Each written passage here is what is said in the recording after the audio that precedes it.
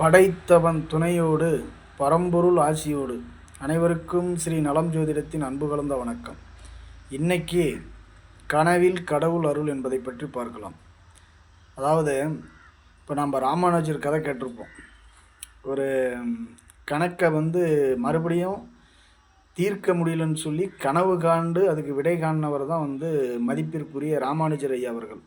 அது மாதிரி சில பேர்த்துக்கு கனவுலேயே பல்வேறு பிரச்சனைகளுக்கு இறைவன் விளக்கங்களை கூறிடுவார்.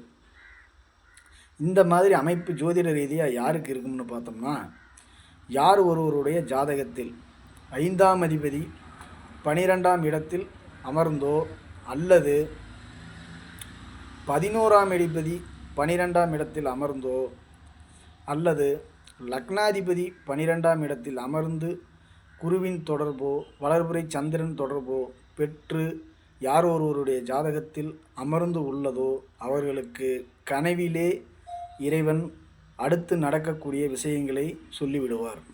இந்த நிறைய பேர் நம்ம சுற்றளவில் கிராமத்தில் பெரியவர்களுக்கு சொல்லி கேட்டிருப்போம்.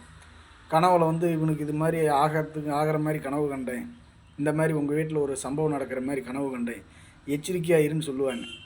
ஆனால் அதே மாதிரி அடுத்தது பார்த்திங்கன்னா அதே மாதிரி அந்த வீட்டில் சம்பவங்கள் நடக்கும். இந்த மாதிரி ஒரு கனவின் மூலம் ஒரு தெய்வீக அருள் அடுத்தது நடக்கக்கூடியதை முன்னாடியே கனவின் மூலம் பெறக்கூடிய தகுதி உள்ள ஜாதகம் என்பது இதுதான். அதாவது 5ஆம் அதிபதி 12ஆம் இடத்தில், 11ஆம் அதிபதி 12ஆம் இடத்தில், லக்னாதிபதி 12இல் அமர்ந்து குருவின் தொடர்போ வளர்பிறை சந்திரன் தொடர்போ பெற்று இருப்பவர்கள் கனவிலே ஒரு விஷயத்தை நினைத்து கொண்டு படுத்தார்கள் என்றால் அவர்களுக்கு கனவு மூலமாகவே இறைவன் அடுத்தது நடக்க இருப்பதை சொல்லிவிடுவார். என கனவால் பலன் பெறும் ஜாதகம் என்பது இதுதான். கனவில் கடவுள் அருள் உடையவர்கள் இவர்கள்தான். இந்த மாதிரி அமைப்புகள் உங்கள் ஜாதகத்தில் இருந்தால் பார்த்து தெரிந்து இறைவனை நினைத்து படுக்கையின் போது படுத்து உறங்கும் போது நினைத்து கொண்டு உறங்கினால் அதற்கான தீர்வை கனவிலே இறைவன் கூறிவிடுவார்.